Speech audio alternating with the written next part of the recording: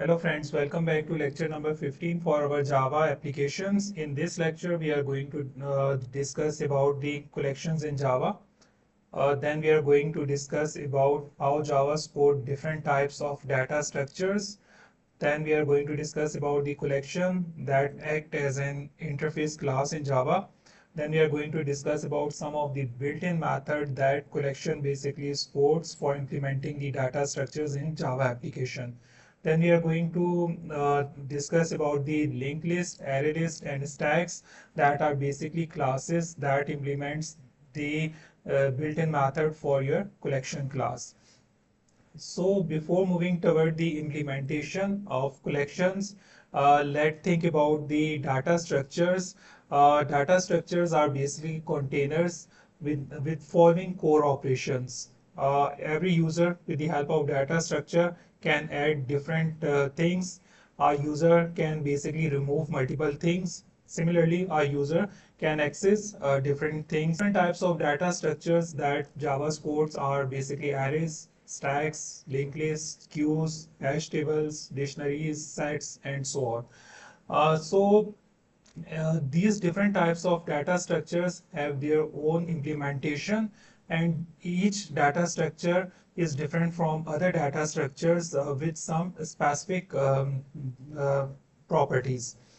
Modern programming languages such as our Java programming language basically provide us a library that support all types of data structures like stacks, linked list, arrays, so on. Basically, collection provide us all the features of data structures.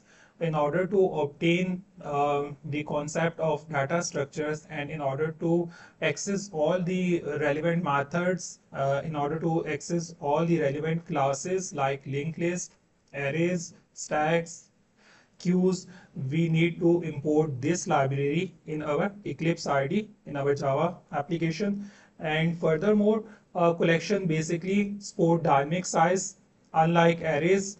Similarly, it provides built-in algorithms.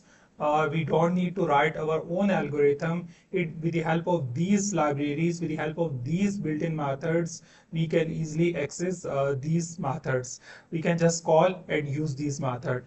Basically, the code by using the collection are more clear and visible, and it basically improves the development methods. As we don't need to write our own method, we can access the built-in method. So basically our development process start basically fast in order to implement the collections.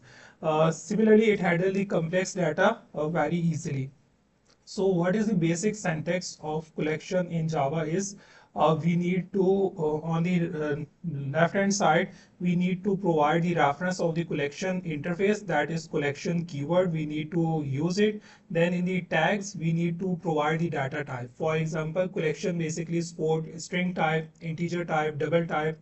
So we need to mention which type of data structure we are going to use, or either we are going to use some linked list type data structure, array list types, or stack types. So we can provide in our tags the type of data structure. It can be primitive type, and it can be of type class type. And on the right hand side, we basically created the object by using the new collection class, and here we provide the same data type. Furthermore, classes that implement the collection interface, as we have seen that collection is not a normal class, it is an interface class. And already I have made a lecture on the how Java support multiple inheritance. You can access that tutorial in which I have explained in detail what basically interface is. Collection is basically interface class, and it supports the multiple inheritance, and it provides the list of abstract method. So these abstract method are basically implemented in these classes. Array lists basically implement the methods which are declared in collection class. Similarly, linked lists have their own method that is basically declared in collection class, and stack implement its own method that are basically declared in the collection interface class. basically, what is the difference between array list and linked list? Array lists are basically if the user wants to access the fast retrieval of the elements, then we can use the array list. But for the linked list, when we are interested in the frequent insertion and deletion operation in our different nodes, then we can move toward the linked list type of data structure.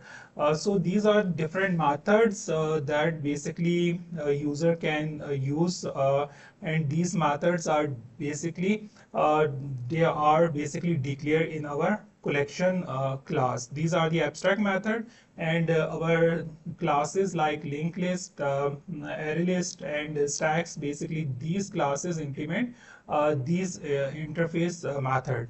So user can add basically we can access the built-in method add.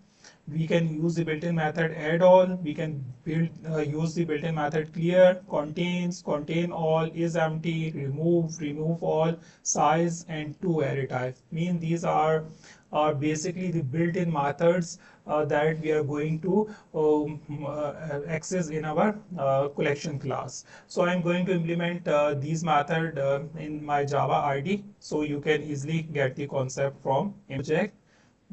Here I'm going to create a new class where I want to implement the basically concepts of data structures and collections. I'm giving a name to my class, that is demo collections classes, and just I am including the main in my class here. So this is the class. You can see that this class is added. So in order to achieve the collections, first we need to import the um, collection library here. So we need to import Java dot utility. So this library, if is included, then you can easily access all the data structures in your collection class. Now here I am moving toward my main function, and here now I am going to create a collection. So first collection that I am going to use is basically array list. So first you need to use the interface class, that is the collection. Just I am giving the reference of the collection class, and here I am using which collection. For example, I am using collection for the string, and I am giving a reference variable user defined name, that is s, and now I am going to use a collection. For example, first I am going to use the array list. Here the array is capital and the list is capital. It is the array list class here. And in tag, I am going to give the data type, which type of data type my array list stored. Basically, it contains the string element here. So here class is a normal class that implements definition of all the built-in method that are abstract in our collection class. So here we cannot create the collection class object, means I cannot write here new collection. Okay, so it is the wrong concept, as already we have seen this in our inheritance lecture related to the interfaces. So we need to create a array list type class, array list, and this array list basically uh, contains the string values. So now I am going to use all the built-in method for adding the element in the data structure, for removing, so on. So the first built-in method that I can access is, as you just use the dot operator, now you can see the list of built-in method s dot add for a name to the product. So it is more clear, user defined name. Now for the product collection, I can use product dot add here. So now you can add the product here. First product that I am going to add is the laptop. Similarly, second product that I am going to use is the product dot add second product, for example, that is mobile, and the third product that I am going to add my in array list, that is add, and that is of type,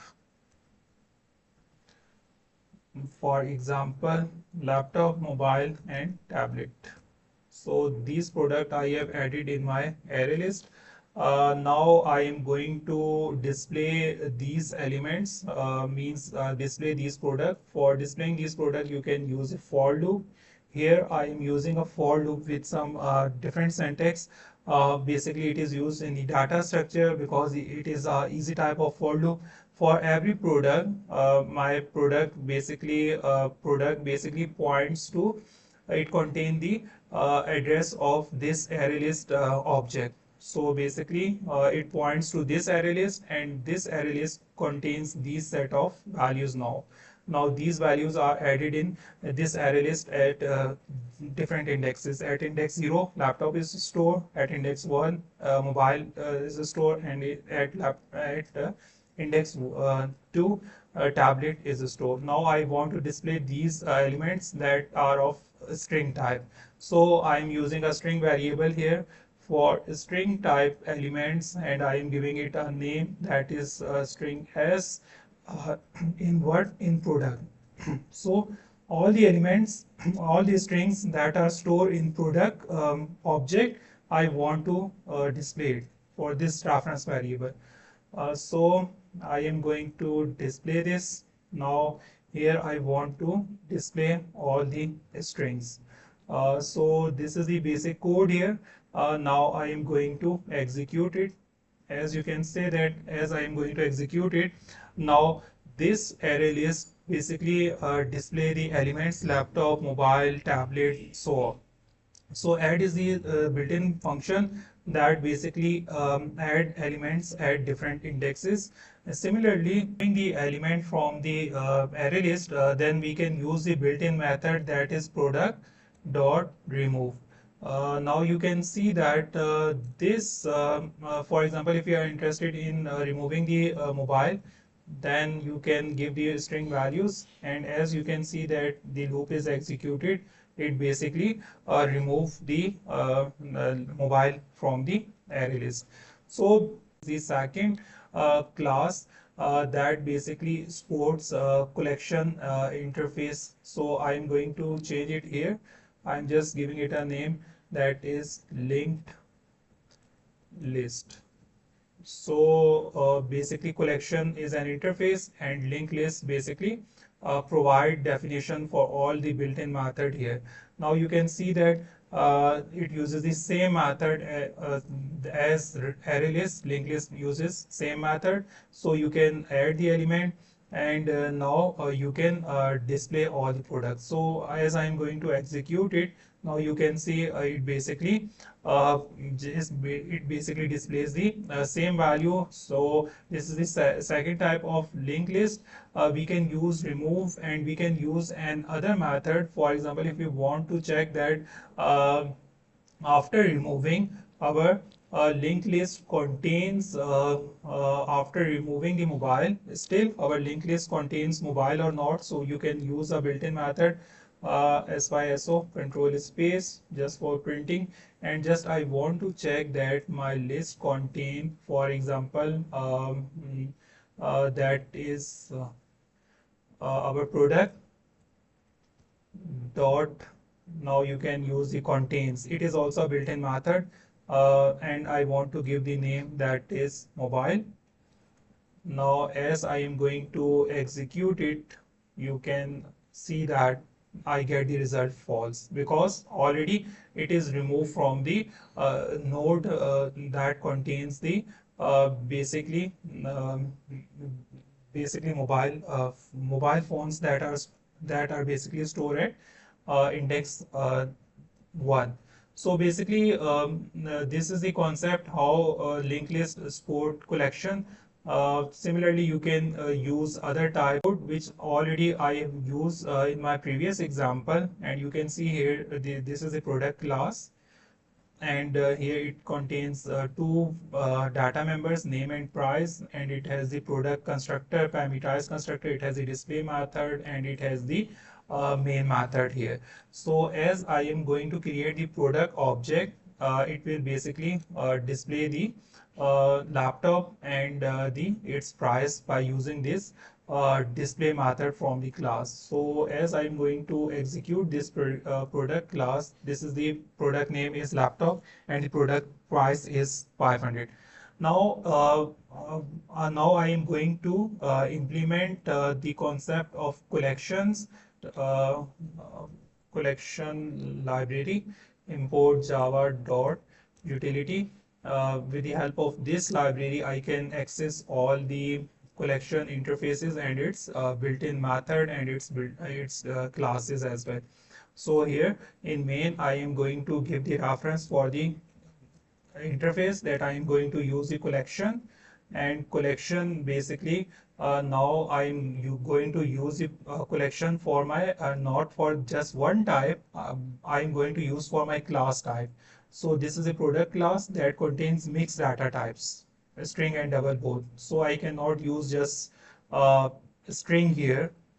I need to give the reference of my class. So here I am giving the name product. So this is product type collection, and I am giving a reference variable p equals to new, and here I am going to create the class here. So first I am going to create the new product class here, and this class is basically using the Arraylist class. So this product basically use the Arraylist, and Arraylist is of now is of type product class. So this Arraylist contains all type of values.